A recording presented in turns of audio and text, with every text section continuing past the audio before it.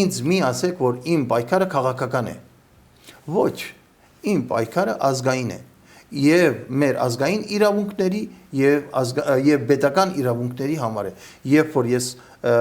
գնում էի Արցախ, դրա մեջ ինչ քաղաքականություն կար պատերազմների ժամանակ։ Երբ որ Հայաստանի սահմանին որևէ բան է լինում եւ ես գնում հասնում եմ այնտեղ իմ հայրենակցի կողքը կանգնելու, դրա մեջ ինչ քաղաքական բան կա։ Դրա համար շահարկումները շատ են եւ այդ շահարկումների պատճառով եւ այդ շղարշի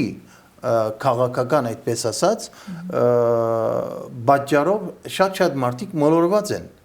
Բայց ես չեմ կարծում, որ մեր հայրենակիցների այս վիճակը երկար կտևի, որովհետև եթե մենք համեմատենք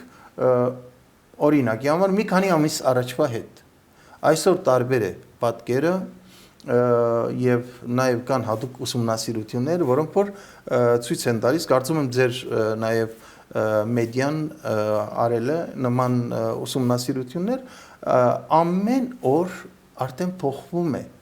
որովհետեւ բոլորն էլ արդեն մտածում են